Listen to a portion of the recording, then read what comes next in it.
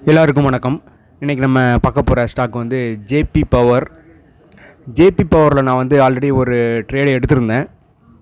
JP power வந்து ஒரு பாக்ஸ்க்குள்ளே trade ஆகிட்டு இருக்கிறது சார்ட்டில் நல்லாவே தெரியும். பாக்ஸோட சப்போர்ட் அண்ட் ரெசிஸ்டண்ட்டில் அது ட்ராவல் ஆகிட்டு இருந்துச்சு.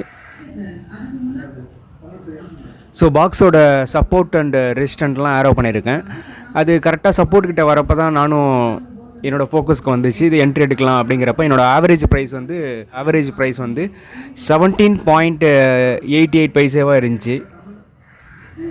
ஆக்சுவலாக அதோட டார்கெட்டை ஹிட் அடிச்சிருச்சு, ரெசிஸ்டண்ட்டை ஹிட் அடிச்சு தான் இப்போ திரும்பி வந்துக்கிட்டு இருக்குது.